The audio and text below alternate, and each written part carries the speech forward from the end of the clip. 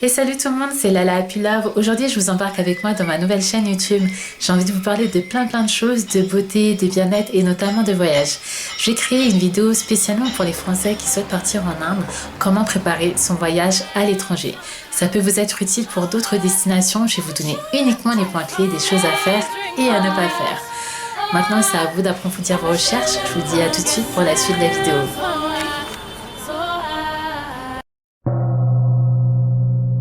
En numéro 1, on va vous parler du passeport. Pas de passeport, pas de voyage. Avant de vous engager dans n'importe quelle destination, vérifiez toujours que vos pièces d'identité soient à jour. Pour l'Inde, on va vous demander le passeport original. Une validité de 6 mois minimum et 3 pages vierges dans 2 côte à côte. Pour le visa, je vais vous donner uniquement quelques indications pour accéder sur le site VFS Global de l'Inde. Je ne connais pas toutes les informations, donc je vais regarder mes petites notes. Donc vous allez tous sur le site. Vous allez trouver l'onglet Information visa. Vous allez sélectionner le visa au choix. Pour certaines personnes, ce sera le visa touristique. Et là, vous allez trouver plein d'informations sur les tarifs, les délais et les documents requis. Pour le formulaire en ligne, vous allez cliquer sur téléchargement des formulaires. Et là, vous allez trouver le premier lien sur la notice d'utilisation. Je vous conseille à tous de préparer un brouillon parce qu'on va vous demander de remplir les informations en anglais. Et le deuxième lien, ce sera le formulaire. Vous allez atterrir sur le site India Visa Online. Vous allez trouver un onglet orange. Vous cliquez dessus et là, ce sera Regular Visa Application. Maintenant, c'est à vous de rentrer toutes les informations.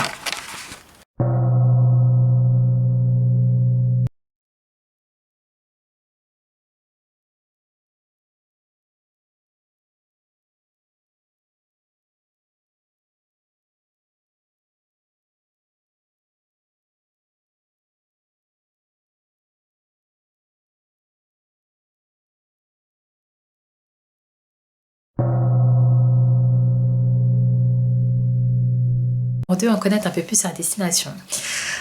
Avant de vous aventurer, je vous invite à tous à vous documenter. Pour moi, c'est vraiment nécessaire pour organiser son voyage bien comme il faut. Et là, vous partirez vraiment en esprit tranquille. Allez sur le site du gouvernement, diplomatie.gouv.fr. Vous cliquez sur l'onglet Conseil aux voyageurs. Et là, vous allez trouver plein d'informations pratiques sur la santé, la sécurité, l'entrée, le séjour en Inde et les informations de dernière minute à connaître avant de partir.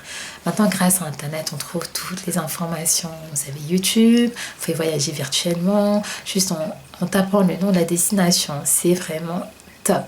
Vous allez trouver plein de vidéos, ça va vous donner une petite idée sur l'environnement. Maintenant, vous avez pas mal de blogs sur Internet des backpackers. Ça va vous donner plein d'idées d'itinéraires. Ils vont notamment vous donner des conseils sur les choses à faire et à ne pas faire sur place. Vous allez trouver plein de vidéos, plein de photos. Donc, je trouve que c'est top, génial. Vous avez aussi des forums. Maintenant, si vous posez plein de questions, c'est l'occasion de les poser sur Internet. Vous avez vos proches, les personnes qui ont l'habitude de voyager, même si ce n'est pas en Inde, n'hésitez pas à aller vers eux. Ils vont vous donner plein de conseils, des choses à appliquer sur place. Et puis, vous avez aussi les agences de voyage et puis les guides touristiques. Maintenant, pour moi, les guides touristiques, c'est la Bible pour partir en vacances. Ramenez-le avec vous. Quand je suis partie en Inde, j'ai acheté le Mini Planet parce qu'il était très simple et pratique à utiliser. Donc dedans, j'ai trouvé plein d'informations sur un peu l'histoire du pays, un peu la culture, sur les événements, sur des choses à faire et à ne pas faire. J'ai trouvé plein de cartes sur les villes, les régions, plein d'adresses utiles, plein de bons plans sur les hôtels, les restaurants, et puis aussi des petits conseils pour les personnes qui partent seules, et aussi sur les arnaques que vous pouvez rencontrer lors de votre séjour. Donc je vous conseille de le ramener avec vous. Après, vous avez d'autres références comme le Petit Futé ou le Rota. Maintenant, si vous avez d'autres choses à suggérer, n'hésitez pas à les mettre en barre d'infos. Qu'est-ce que je voulais dire? Maintenant, en numéro 3, j'ai envie de vous parler de la réservation.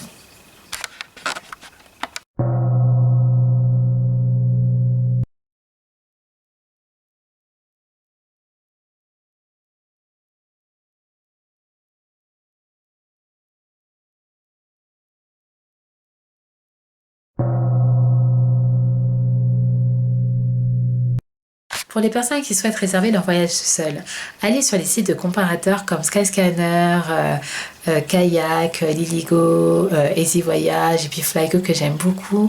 C'est un site qui vous permet de connaître les meilleures périodes pour partir en vacances et trouver des prix très intéressants. Pour les hébergements, vous en avez différents. Vous avez les guest house, là vous pouvez louer la chambre auprès de l'habitant. Vous pouvez aussi louer l'appartement en entier. Vous avez les hôtels classiques, les hôtels animés, les hôtels de charme et les hôtels de prestige. Voilà, repérez à l'avance certains hôtels sur internet, je vous donnerai quelques adresses. Réservez uniquement pour une première fois 2 ou 3 nuitées, histoire de prendre vos marques et de repérer ce qui se passe autour de vous. Et puis après, réservez sur place, ce sera moins cher, vous n'aurez pas toutes les tasses à payer que vous trouvez sur internet.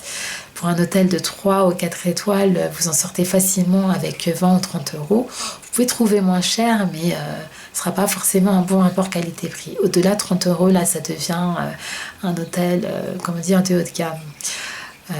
Après, pour les personnes qui souhaitent passer par les agences de voyage ou les tours opérateurs, vous en avez pas mal. Vous avez Leclerc Voyage, Promo Vacances, Nouvelles Frontières, Transavia et j'en passe. Vous avez la possibilité aussi d'aller sur vente privée. Maintenant, c'est à vous de regarder régulièrement pour dégoter des prix très intéressants.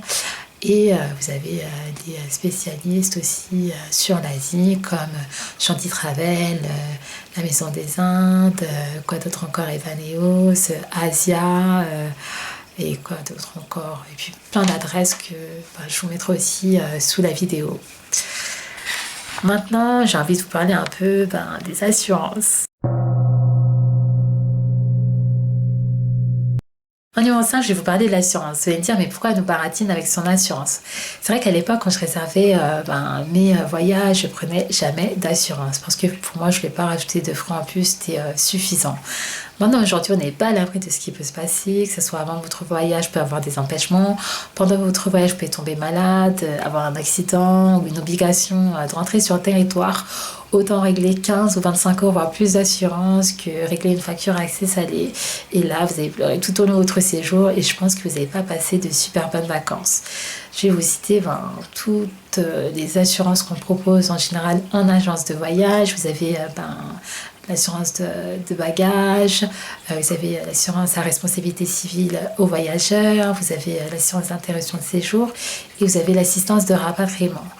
Les 2 assureurs les plus connus qu'on propose en agence de voyage, vous avez Mondial Assistance et Europe Assistance. Vous avez la possibilité d'obtenir certaines assurances avec votre carte bancaire si vous réglez uniquement avec. Maintenant, c'est à vous de demander les caractéristiques auprès de votre banquier et de comparer le niveau de franchise et le montant de remboursement.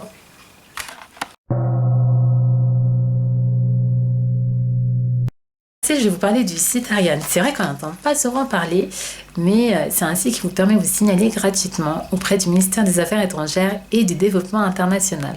Maintenant, les amis, avec tout ce qui se passe dans le monde, que ce soit les catastrophes naturelles, les manifestations politiques ou les attentats, ça vous coûte rien de rentrer vos informations personnelles et ceux d'un proche au choix. En même temps, vous serez au courant des événements. Je vous laisse les amis, je vous remercie en tout cas d'avoir regardé ma première vidéo. Si vous avez aimé, n'hésitez pas à mettre un pouce vers le haut. Si vous avez des suggestions à me faire, n'hésitez pas à les mettre en commentaire. Je vous dis à très bientôt pour une prochaine vidéo. Je vous embrasse.